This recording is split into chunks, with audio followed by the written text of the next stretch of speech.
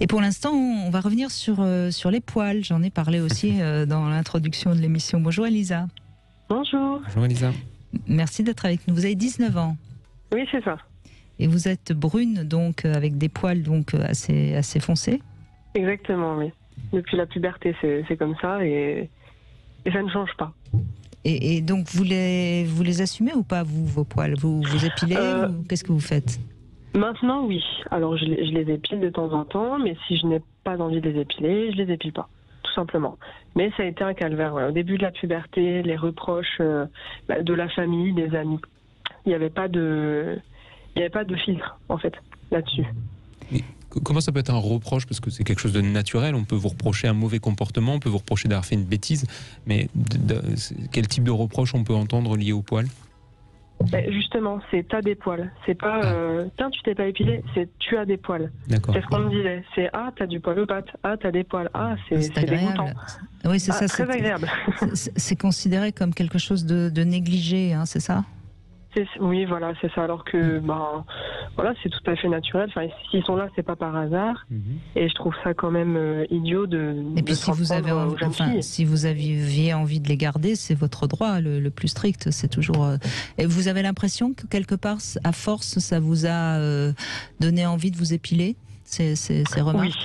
Ah oui, bien sûr. Dès le départ, à l'âge de 11 ans, c'est arrivé très très vite. Et oui, j'ai ressenti le besoin, la nécessité de m'épiler chaque mois à peu près. Donc les jambes, les jambes. Oui, alors surtout les jambes. Après, parce que voilà, on veut sortir en robe, on veut un petit peu se montrer, et on se dit que s'il y a 3 cm qui dépassent, voilà, on va avoir les regards sur nous. Donc tout de suite, il y a une barrière. Et maintenant que vous êtes adulte, puisque vous avez 19 ans, est-ce que vous sentez la même pression? Est-ce que vous vous soumettez aux mêmes obligations que quand vous aviez 11-12 ans? Non, parce que j'ai la chance de vivre avec quelqu'un qui est très très tolérant, qui est pas du tout dans le jugement, surtout là-dessus. Il sait très bien que c'est pas évident. Et puis non, maintenant c'est quand j'en ai envie. Alors c'est assez souvent quand même, mais voilà, si aujourd'hui je décide de pas m'épiler, voilà, c'est comme ça. Mais est-ce que quand vous décidez de pas vous épiler, vous vous mettez quand même en jupe? C'est arrivé, mais à un certain moment quand même, ça commence à se voir. On se dit bon, là, je vais pas me sentir bien. C'est même pas le regard des autres, c'est pour soi-même. Oui, c'est ça, vous faites pour vous. C'est quand même plus intéressant de le faire pour soi et pas parce que les autres ont décidé qu'il fallait que vous le fassiez. C'est ça, voilà. Et en ce qui concerne les poils sous les bras? Alors ça, je laisse. Ça peut aller jusqu'à 2 semaines. Je laisse. Je me dis tant pis si les gens le voient, c'est pas un problème, quoi. Voilà. Non, c'est absolument pas un problème. Et puis en plus, il y a même des hommes qui aiment ça. Donc je vois pas pourquoi on devrait s'épiler forcément.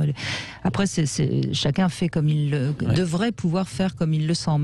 Mais on voit bien comment c'est compliqué quand on est très très jeune, hein, de subir les remarques sur son physique, alors qu'on y est pour rien, quoi. Les complexes, moi, c'est venu vraiment très jeune et je me changeais dans les vestiaires pendant les cours de sport. Et un jour, la professeure m'a attrapée. Elle m'a dit: qu'est-ce que tu fais? C'est pas normal que tu te changes pas devant tout le monde. Et ça m'a marqué. Et à partir de ce jour-là, je me suis dit plus jamais. Voilà, maintenant c'est ma décision. Et si les filles, parce que c'est les filles, hein, entre nous, entre les filles, c'est aussi. Elles sont redoutables, oui, je sais. Ah, c'est méchant. Hein. C'est bon pour être gentil, mais c'est vraiment. C'est pas évident, quoi. Non, mais c'est toute la difficulté entre. Enfin, c'est certainement un peu vrai aussi entre les garçons, mais je pense qu'entre les filles, c'est pire. C'est ça, dans les vestiaires, voilà. Une fille qui a une forte poitrine, par exemple, elle se fait remarquer aussi. Là, vous parlez de vos poils. Une fille qui est un petit peu plus ronde, elle va aussi se faire remarquer. Enfin, ouais, moi, il y a eu l'acné aussi. C'était sympa. Et pareil, t'as des boutons. D'accord. Oui. Sympa comme constat, mais encore. Et voilà, c'est comme ça tous les jours. L'avantage quand on est un garçon, c'est qu'au moins de ce point de vue-là, en tout cas je parle des poils, c'est que c'est un attribut de masculin très positif, voilà, un marqueur de virilité. Et donc au moins les garçons sont dégagés de ce complexe-là, sauf d'être dans l'excès ou de mal vivre le peu de poils qu'on peut avoir. Hein. C'est pas tout le monde ne le vit pas. Enfin, chacun le vit à sa façon. Mais c'est vrai qu'on a au moins cet avantage-là de pouvoir se dégager de ce problème. Les garçons en ont d'autres, hein, mais au moins ça c'est plus facile.